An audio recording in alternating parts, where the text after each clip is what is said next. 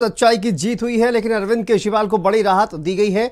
हमारे साथ दीपक झा हमारे सहयोगी जुड़ गए हैं दिल्ली से। दीपक, सशर्त जमानत दी गई है अरविंद केजरीवाल को, और क्या कुछ कहा गया है सुप्रीम कोर्ट की तरफ से? कौन कौन सी शर्तें लगाई गई हैं? क्या कुछ जानकारी इसको लेकर सामने आ रही है? जी बिल्कुल शांतनु, बता दें आपको कि अरविंद केजरीवाल को सुप्रीम कोर्ट से जमानत मिल गई है। और देखा जाए तो ईडी और सीबीआई मामले, दोनों मामले में अब अरविंद केजरीवाल बिल्कुल फ्री हो चुके हैं सुप्रीम कोर्ट के आदेश के बाद। क्योंकि यदि हम बात करें, तकरीबन 150 दिन से अधिक हो गए दिल्ली के मुख्यमंत्री अरविंद केजरीवाल तिहाड़ जेल में थे। और देखा गया था जब उनको 21 मार्च को गिरफ्तार किया गया था, उसके बाद से ही लगातार आम आदमी पार्टी इस गिरफ्तारी का विरोध कर रही थी। हाई कोर्ट में सुनवाई हुआ, सुप्रीम कोर्ट में सुनवाई हुआ, और सुप्रीम कोर्ट में सुनवाई के बाद आज अंतिम फैसला आ गया और अरविंद केजरीवाल को जमानत दे दी गई। और जमानत के बाद सुप्रीम कोर्ट ने तमाम शर्तें भी रखी गई है, जिसमें 10 लाख रुपए के मुचलके के साथ अरविंद केजरीवाल को जमानत दी गई है। और अरविंद केजरीवाल को सार्वजनिक रूप से अपने केस के बारे में बात करने की इजाज़त नहीं दी गई है। उनको साफ तौर पे कहा गया है कि यदि वो जेल से बाहर आते हैं तो वो सार्वजनिक तौर पे अपने केस के बारे में किसी से चर्चा नहीं करेंगे, किसी से बात नहीं करेंगे। और जब तक उनको छूट नहीं मिल जाती पूरे तरह से, तब तक जो परीक्षण होता है, जो कोर्ट का जो ट्रायल होगा, जो कोर्ट में उनकी सुनवाई होगी, तो उनमें अरविंद केजरीवाल को पेश होना पड़ेगा। यानी कि अभी सिर्फ उनको जमानत दिया गया है, और जब तक ये ईडी और सीबीआई का दिल्ली कथित शराब घोटाले का जो मामला चल रहा है, उस मामले के सुनवाई के दौरान अरविंद केजरीवाल को कोर्ट में पेश होना पड़ेगा। और उनको 10 लाख रुपए के मुचलके के साथ जमानत दे दी गई। लेकिन सबसे बड़ी बात शांतनु की, इस वक्त अरविंद केजरीवाल को जमानत मिली है जब आम आदमी पार्टी को सबसे अधिक जरूरत थी अरविंद केजरीवाल की। क्योंकि देखा गया था कि जब 21 मार्च को अरविंद केजरीवाल की गिरफ्तारी होती है, तो उस वक्त आम आदमी पार्टी के बड़े लीडर मनीष सिसोदिया, सत्येंद्र जैन, संजय सिंह जेल में थे। लेकिन उसके बाद से देखा गया था कि अरविंद केजरीवाल हालांकि आज छूटे हैं, उससे पहले मनीष सिसोदिया, संजय सिंह को सुप्रीम कोर्ट बिल्कुल देखिए, बड़ी राहत जाहिर तौर पर आम आदमी पार्टी को है दीपक, क्योंकि तमाम जो बड़े लीडर्स हैं अब बाहर आ चुके हैं, और खासकर हरियाणा विधानसभा चुनाव भी होने वाला है। ऐसे में अरविंद केजरीवाल की जमानत जो है वो आम आदमी पार्टी के लिए कहीं ना कहीं संजीवनी साबित हो सकती है। लेकिन इस पर क्या सुप्रीम कोर्ट ने जिस तरह की शर्तें लगाई हैं, क्या दिल्ली सरकार के बतौर मुख्यमंत्री कोई कामकाज पर असर पड़ने वाला है क्या दीपक? जी बिल्कुल शांतनु, बता दें आपको कि अभी जिस तरह से सुप्रीम कोर्ट ने जो बातें कही हैं, उसमें ये पूरी तरह से स्पष्ट नहीं हो पाया है कि वो बतौर मुख्यमंत्री काम कर पाएंगे या फिर नहीं कर पाएंगे। क्योंकि हमने अभी विपक्ष जो है दिल्ली बीजेपी प्रदेश अध्यक्ष वीरेंद्र सचदेवा का एक बयान सुना था। उसमें साफ तौर पर उन्होंने कहा कि केजरीवाल को जमानत मिली है, लेकिन उनको मुख्यमंत्री पद पर रहने का कोई अधिकार नहीं है। ये बीजेपी के प्रदेश अध्यक्ष वीरेंद्र सचदेवा कहते हैं, और लगातार उनसे इस्तीफे की मांग भी कही जाती है। लेकिन जिस तरह से अभी जो कागजी प्रक्रिया है वो स्पष्ट रूप से कुछ समय के बाद सामने आ जाएगा। उसमें ये साफ हो जाएगा कि दिल्ली के मुख्यमंत्री अरविंद केजरीवाल जेल से बाहर निकलने के बाद वो मुख्यमंत्री के तौर पे वो काम काज कर सकते हैं या फिर नहीं। ये हालांकि बस कुछ ही समय के बाद साफ हो जाएगा, जब कागजी प्रक्रिया शुरू हो जाएगा, जब सुप्रीम कोर्ट से जो बॉन्ड का जो प्रक्रिया होता है, तो वो तमाम जो प्रक्रिया शुरू हो जाएगा, उसके बाद सब कुछ स्पष्ट हो जाएगा। लेकिन अभी फिलहाल में ये कहा गया है कि वो किसी अपने केस से रिलेटेड किसी से बात नहीं कर सकते हैं। किसी भी सभा में यदि वो जाएंगे तो वहां पे वो बयानबाजी नहीं करेंगे। हालांकि हमने देखा था कि जब लोकसभा चुनाव हुआ था, उसमें भी सुप्रीम कोर्ट 21 दिन के लिए उनको अंतरिम जमानत पे छोड़ा था। तो चुनाव के दौरान उन्होंने अपने गिरफ्तारी पे भी तमाम बातें कही थी। लेकिन अब देखना ये होगा कि हरियाणा विधानसभा से पहले जब अरविंद केजरीवाल को जेल से बाहर छोड़ा जाता है, जेल से उनको जमानत दी जाती है, तो एक बहुत बड़ी राहत तो जरूर है, लेकिन साथ साथ कह सकते हैं शांतनु कि आम आदमी पार्टी के लिए एक संजीवनी बूटी के तौर पर काम करेगी। क्योंकि हमने देखा था कि पिछले कुछ दिन पहले अब बीजेपी के विधायक राष्ट्रपति के पास पहुंचते हैं और राष्ट्रपति को एक ज्ञापन सौंपते हैं कि दिल्ली में जो सरकार है वो असंवैधानिक तौर पे चल रही है। तो कहीं ना कहीं उसके बाद देखा गया था कि राष्ट्रपति गृह सचिव को पत्र लिखती है, तो और दिल्ली में राष्ट्रपति शासन का एक आशंका बना हुआ था। लेकिन जब अब दिल्ली के मुख्यमंत्री अरविंद केजरीवाल जेल से बाहर आ गए, तो आम आदमी पार्टी जरूर एक राहत भरी आज सांसें लेगी। और जब से अरविंद केजरीवाल को सुप्रीम कोर्ट से जमानत का फैसला सामने आया है, उसके बाद से ही हमने आम आदमी पार्टी के तमाम नेताओं का ट्वीट देखा है। तमाम जो बड़े नेता है वो सोशल मीडिया एक्स पे पोस्ट करते हैं सत्यमेव जयते, और साथ ही साथ आम आदमी पार्टी मुख्यालय में और मुख्यमंत्री आवास के बाहर लगातार कार्यकर्ता का पहुंचने का जो बिल्कुल इस बारे में मनीष सिसोदिया से भी पूछा गया, लेकिन उन्होंने कहा कि जिस तरह का आदेश सुप्रीम कोर्ट की तरफ से दिया गया है और लीगल बॉन्ड जो है उसकी जो कार्रवाई है वो करने के बाद आगे की प्लानिंग जो है वो की जाएगी। लेकिन इस पूरे मामले में देखा जाए, देखिए हालांकि भारतीय जनता पार्टी जो है वो लगातार आरोप लगा रही है और उनका कहना है कि अधिकार नहीं है मुख्यमंत्री रहने का, लेकिन ये अपनी तरफ से भारतीय जनता पार्टी जिस तरह से हमलावर होती है उसी तरह से इस बार भी कह रही है। लेकिन मैंने सुना एक जो वकील हैं इस पूरे मामले से जुड़े हुए अरविंद केजरीवाल पक्ष के, उन्होंने साफ तौर पर कहा कि इस तरह का कोई भी शर्त जो है वो नहीं लगाई गई है कि वो सरकारी फाइलों पर दस्तखत नहीं कर पाएंगे या अपने ऑफिस नहीं जा पाएंगे। तो इस तरह की कोई शर्तें फिलहाल नहीं लगाई गई हैं। वापस आएंगे आपके पास, लेकिन राघव चड्ढा का ये एक्सपोस्ट आया है जहां पर उन्होंने लिखा, सत्य परेशान हो सकता है लेकिन पराजित नहीं। अंततः माननीय सुप्रीम कोर्ट ने दिल्ली के बेटे अरविंद केजरीवाल को जेल की बेड़ियों से आजाद करने का फैसला सुना दिया है और माननीय सुप्रीम कोर्ट का शुक्रिया ये राघव चड्ढा की तरफ से एक्स पर पोस्ट किया गया है। तो देखिए लगातार जिस तरह से आप जिक्र भी कर रहे थे दीपक, एक के बाद एक पोस्ट जो है वो सामने आ रहे हैं। झूठ और साजिशों के खिलाफ लड़ाई में आज पुनः सत्य की जीत हुई है। ये मनीष सिसोदिया उनका ये पोस्ट है। एक बार पुनः नमन करता हूं बाबा साहेब अम्बेडकर जी की सोच और दूरदर्शिता को, जिन्होंने 75 साल पहले ही आम आदमी को किसी भावी तानाशाह के मुकाबले मजबूत कर दिया था।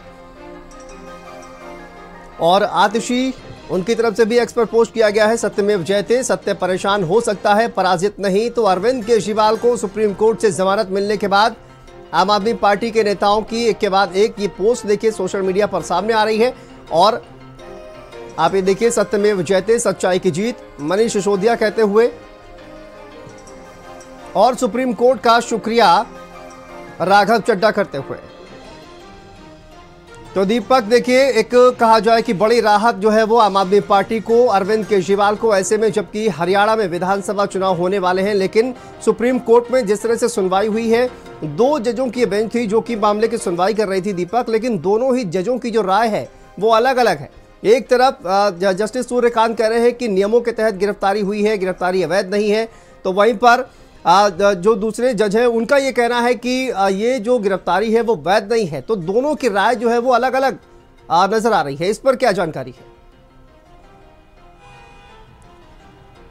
जी बिल्कुल शांतनु, बता दें आपको कि सुप्रीम कोर्ट में आज 2 मामले पे सुनवाई थी। एक तो पहला मामला ये था कि जिस तरह से अरविंद केजरीवाल को सीबीआई के द्वारा गिरफ्तार किया गया था वो असंवैधानिक है, और दूसरा ये था कि अरविंद केजरीवाल को सीबीआई की तरफ से जो गिरफ्तार किया गया था उसमें जमानत याचिका पे। तो पहले याचिका पे ये कहा गया था कि जिस तरह से अरविंद केजरीवाल पहले से ईडी के गिरफ्त में थे, ईडी के कस्टडी में, तो कोई यदि व्यक्ति जेल में है और किसी के गिरफ्तारी में, तो उसको गिरफ्तार करना कोई बहुत बड़ी बात नहीं है, उसको वो गिरफ्तार कर सकते, ये संवैधानिक अधिकार है। तो पहले मामले में ये कोर्ट ने स्पष्ट किया था कि जिस तरह से सीबीआई ने गिरफ्तार किया था वो गैर संवैधानिक तौर पे गिरफ्तारी नहीं हुई थी।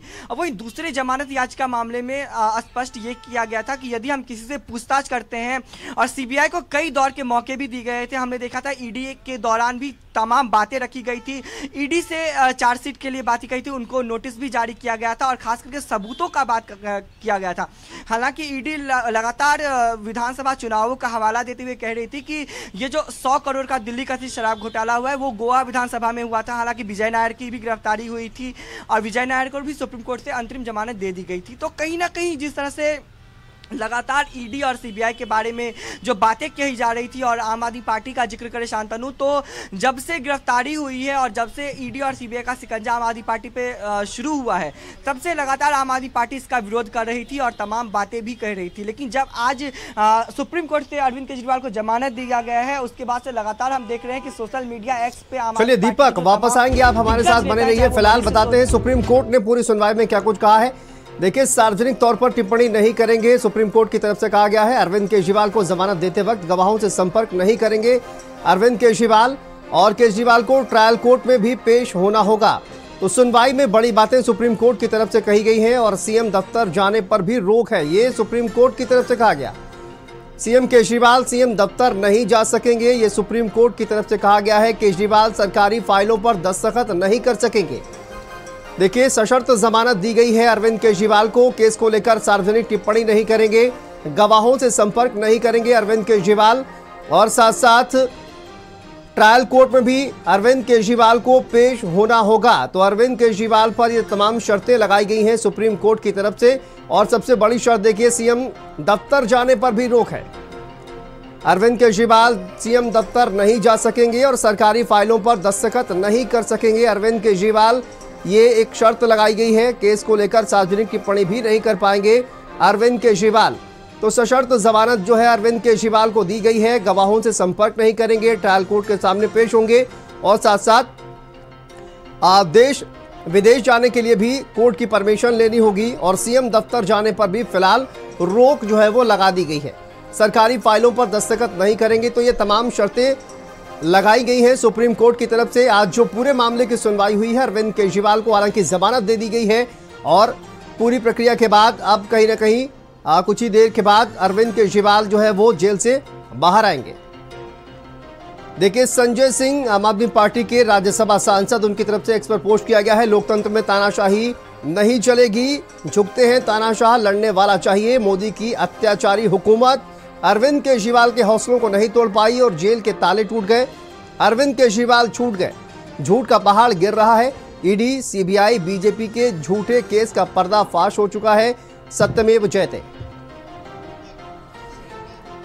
तो देखिए, संजय सिंह की तरफ से ये पोस्ट किया गया है, लेकिन तमाम बड़ी बातें भी निकलकर सामने आ रही हैं। दीपक, हमने देखा जिस तरह की शर्तें लगाई गई हैं और सबसे बड़ी शर्त तो यही है कि मुख्यमंत्री दफ्तर नहीं जा सकेंगे, सरकारी फाइलों पर दस्तखत भी नहीं कर पाएंगे अरविंद केजरीवाल। जी बिल्कुल शांतनु, जिस तरह से हम बात करें सुप्रीम कोर्ट की, तो सुप्रीम कोर्ट ने अरविंद केजरीवाल को जमानत दी है और तमाम जो बड़ी बातें कही उसमें सबसे बड़ी बात यही है कि अरविंद केजरीवाल सचिवालय नहीं जा सकते हैं और वो किसी गवाहों से मुलाकात नहीं कर सकते हैं और सब उससे भी बड़ी बात कि वो मुख्यमंत्री के तौर पे जिस तरह से जो फाइल आता है वो दस्तखत नहीं कर सकते। तो कहीं नहीं कहीं कह सकते हैं कि एक तरफ से जहाँ आम आदमी पार्टी को एक बड़ी राहत मिली है, तो उनके पास अभी भी चैलेंज है कि किस तरह से दिल्ली सरकार चलेगी। हालांकि महज अब कुछ महीने ही बचे हुए हैं दिल्ली विधानसभा चुनाव होने के लिए, लेकिन उससे पहले अरविंद केजरीवाल पे साफ तौर पे कहा गया कि वो मुख्यमंत्री के तौर पे सिग्नेचर कहीं पे नहीं कर सकते और वो सचिवालय भी नहीं जा सकते। तो कहीं अभी भी आम आदमी पार्टी पे एक मुश्किल अभी भी है।